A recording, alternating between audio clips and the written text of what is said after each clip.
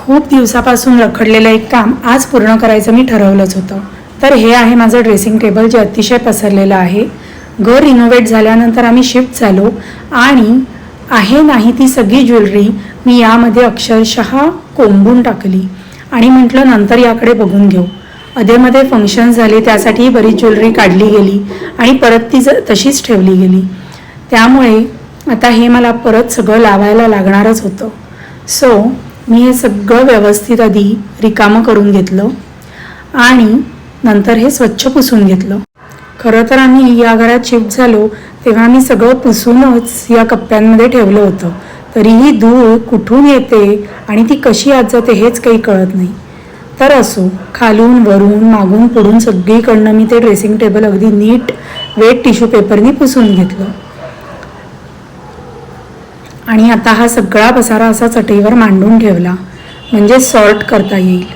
तर यामध्ये माझे बरेच मोत्याचे दागिने आहेत, फॅन्सी ज्वेलरी आहे, त्यानंतर लहान मुलीचे बरेच गळ्यातले ब्रेसलेट्स, क्लिप्स असे एक ना धड अशा बऱ्याच गोष्टी आहेत.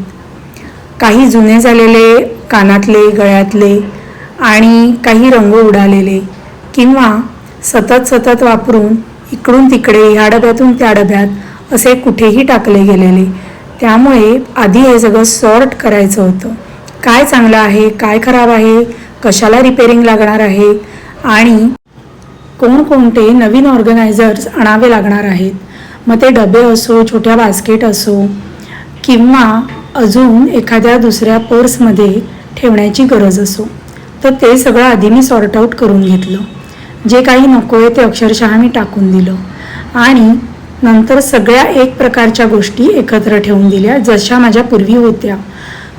हे लहान मुलीचे सगळे दागिने वेगळे केले, मोत्याचे वेगळे केले, फॅन्सी ज्वेलरी वेगळी केली, त्याच्यानंतर काही जुने झालेले दागिने वेगळे ठेवले, रबर, कंगवे आणि चाप हे तर विचारूच नका किती होते. टिकल्यांची भरपूर पाकिटं मिळाली, नेल पेंट्सच्या बॉटल्स म्हणू नका, अत्तर म्हणू नका आणि अजून काय काय बरंच ह्याच्यात आत गेलं होतं. ते सगळं मी सॉर्ट आऊट करून टाकलं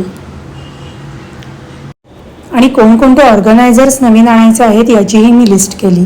चला तर मग भेटूया आता नेक्स्ट व्लॉगमध्ये आणि त्यामध्ये तुम्हाला जर माझी इमिटेशन ज्वेलरी बघायची असेल तर नक्की कमेंट करून सांगा आणि चॅनलला सबस्क्राईब करायला विसरू नका म्हणजे तुम्हाला पुढचा व्लॉग आलेला नक्की कळेल.